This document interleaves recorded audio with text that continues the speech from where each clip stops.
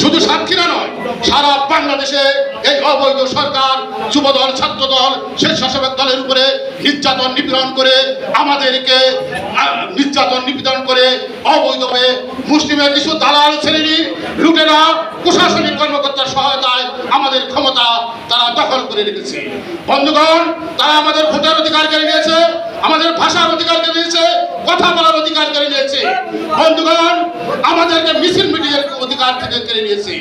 আমরা এই থেকে পরিত্রাণের জন্য দীর্ঘ 15-16 বছর যাবৎ রাজপথে দাঁড়িয়ে আমরা ভোটের অধিকারের জন্য আন্দোলন করছি, কথা বলার অধিকারের জন্য আন্দোলন করছি। কিন্তু আমরা দুর্নীতিপরায়ণ প্রশাসনের স্টেমরোলার কারণে, গুলি, খুন, হত্যা, নির্যাতনের কারণে আমরা আন্দোলনে সক্ষম হতে পারি নাই। কিন্তু এদেশের সাথে এদেশের প্রতিটি জনগণ আমাদের সাথে আছে।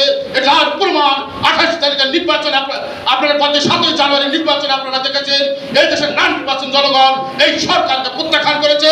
এই সরকার এই দেশের সরকার না, এই সরকার পার্শ্ববর্তী একটি দেশের রপ্তানিকৃত সরকার, যার মাধ্যমে আমাদের এই দেশের সকল স্বার্থ তারা লুণ্ঠন করে নিয়ে যাচ্ছে। তার কোনো প্রতিবাদ আমরা করতে পারি না। আপনারা সবাই ঐক্যবদ্ধ হন। আন্দোলন শেষ হয়নি, আন্দোলন আমরা ব্যর্থ হয়নি, ব্যর্থ হয়েছে শেখ হাসিনা জনগণ থেকে বিচ্ছিন্ন হয়ে গেছে।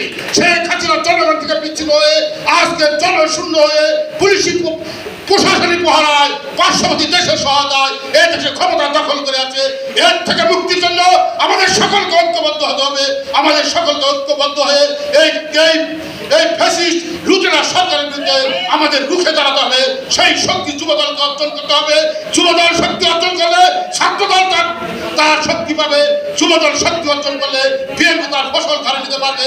তাই সকল দ্বিধাদ্বন্দ্ব ভুলে, ভয় ভীতি ভুলে, সকল আশা আকাঙ্ক্ষা, রোগ লালসা ভুলে সবাই ঐক্যবদ্ধভাবে আমরা ঐক্যবদ্ধ হয়ে দেশ নেত্রী বেগম খালেদা জিয়াকে মুক্ত দেব।